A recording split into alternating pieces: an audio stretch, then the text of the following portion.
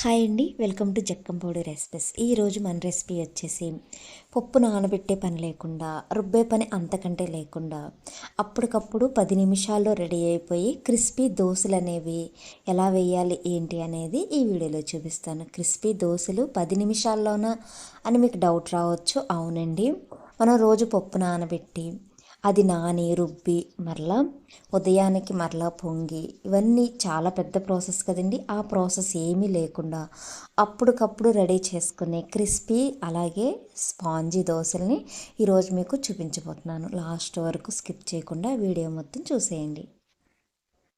ముందుగా ఒక బౌల్ తీసుకొని ఒక అరకప్పు వరకు ఉప్మా రవ్వ అనేది తీసుకోండి.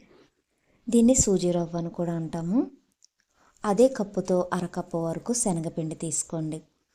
అలాగే అదే బౌల్తో పావు కప్పు వరకు కమ్మటి పెరుగు అనేది తీసుకోండి.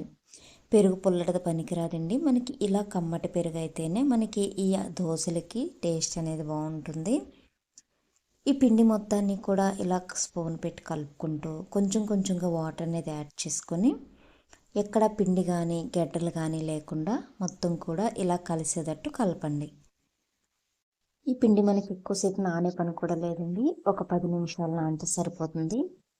ఎక్కడ గడ్డలు కానీ పిండి కానీ లేకోకుండా బాగా కలిసిపోవాలన్నమాట. ఇవి చూడండి, ఇలా కలుపుకోవాలి. ఇలా కలుపుకొని మూత పెట్టేసి ఒక 10 నిమిషాలు పక్కన పెట్టేసుకోండి. 10 నిమిషాల తర్వాత పిండి అనేది మనకి ఇలా సెటిల్ అవుతుంది. ఇప్పుడు ఒక టీ స్పూన్ తీసుకొని ఇవి చూడండి చక్కగా ఎలా పొంగిందో. ఇలా పొంగిన పిండిని మొత్తం కూడా బాగా మిక్స్ చేసేయండి. ఇలా మిక్స్ చేసేసి ఒక మిక్సీ జార్ తీసుకొని ఆ మిక్సీ జార్లో ఈ పిండి మొత్తాన్ని కూడా వేసేయండి.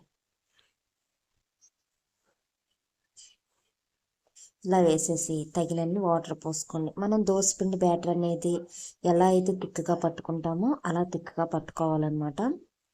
ఇలా వాటర్ పోసి మూత పెట్టేసి మిక్సీ పట్టేయండి. ఇలా మెత్తగా పట్టుకున్న ఈ పిండిని ఒక బౌల్లోకి తీసుకుందాం. చూడండి, పిండి అనేది ఇంత మెత్తగా ఉండాలన్నమాట.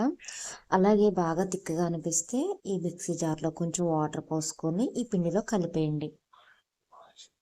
మీకు మామూలుగానే దోశ పిండిలాగా సరిపోయింది వాటర్ అనేది అనిపిస్తే మీకు వాటర్ అనేది యాడ్ చేసుకోకుండా అదే పిండిని అలా మూత పెట్టేసి ఒక 10 నిమిషాలు పక్కన పెట్టేసుకోండి.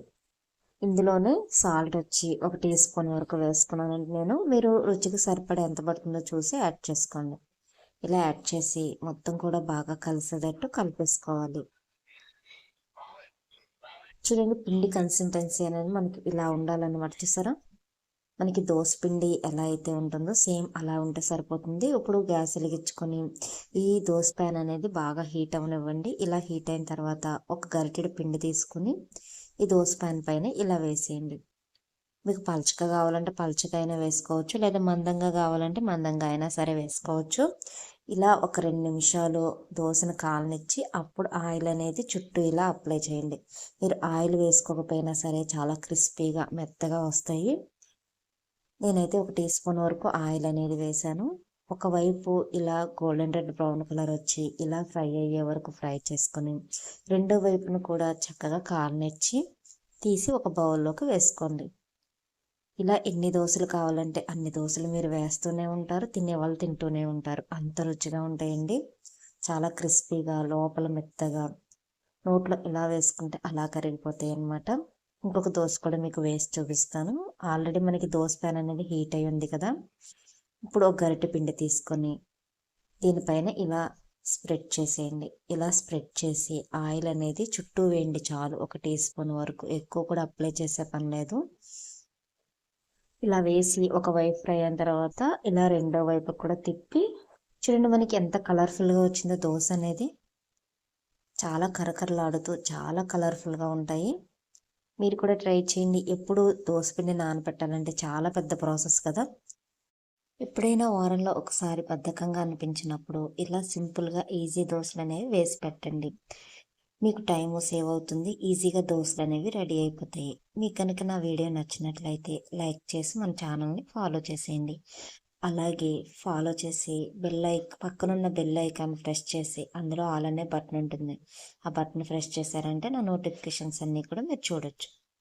Thank you for watching.